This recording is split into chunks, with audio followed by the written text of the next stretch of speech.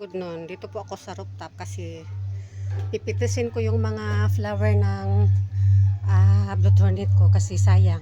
Maano lang siya, ano yung malaos, malalanta ba. Tapos minsan maubusan ako kasi every afternoon ako nagbabad sa mainit na tubig tapos iinumin ko. Ngayon pangkunin ko siya. Ayan oh. Ang dami oh. Pipitasin ko sila tapos ibilad ko sa araw. Ayan. Ibilad ko siya sa araw. Tapos may pangatlong araw ko naman doon nilagay ko sa ref. Ayan oh. Ayan oh, nalanta na oh. Tapos marami pa siya dito oh. Ayan. Diba? So, may ano pa oh, may maliit doon na puno. Ayan, sa mga tuba-tuba. Nagumapang siya dito sa ano man ito? Lansones ata ito. Yung avocado ko oh. Yung tuba-tuba ko ayan ito. Trim ko kahapon kasi parang pagano na siya ba. Humarag na siya sa sobrang mabigat. Ayan. Ito na ang na-trim ko. Pinutol ko yung mga mga sanga-sanga. Kasi sa sobrang bigat paana kasi siya paano ba? Pagano'n. Parang ito oh. Ito yung puno niya. Nilagyan ko nga siya ng ibang pot para di siya maados pag mahangin ba madala yung mga niya sanga-sanga. Pero pinutol ko kahapon. Ayan. Ngayon start na ako magpitas ng mga bulaklak ng blue turnip. Ayan. Nagkalo ako kasi sobrang mainit na 10 AM na. So mainit na. Ayan.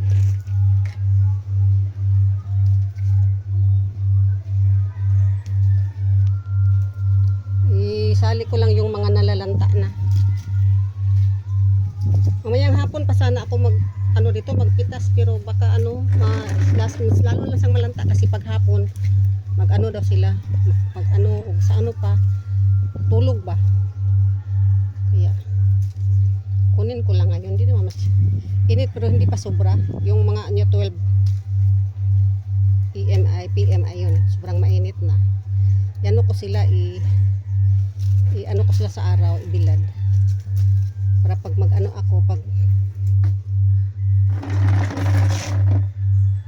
maubusan ako ng mga bulaklak na fresh.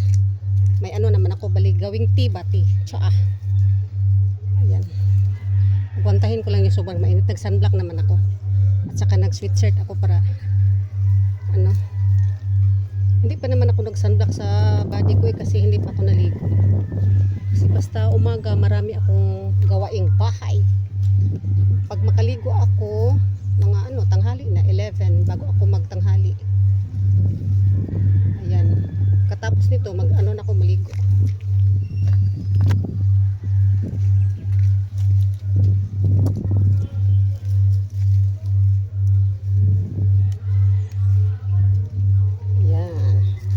Kunin ko yung mga nalanta na.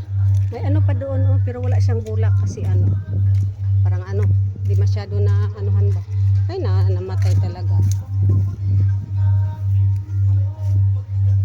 Sobrang mahangin dito sa taas. Nako.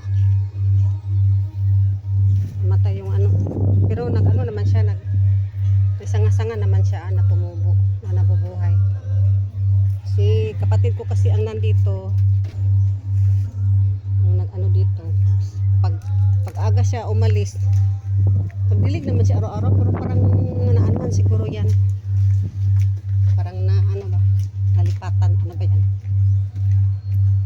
kaya kayo ubusin ko muna doon banda. Hindi na ako pwede maghawak nitong camera kasi maghawak ako sa para kasi man yun hindi pwede di maghawak akong isang kamay ko kasi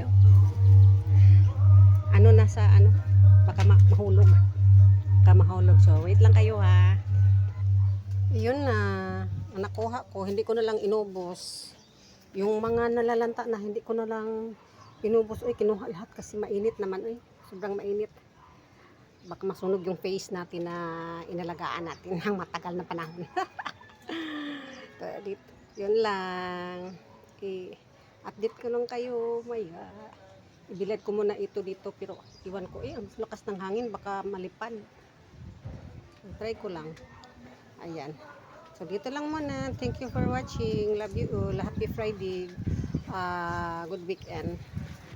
And happy weekend.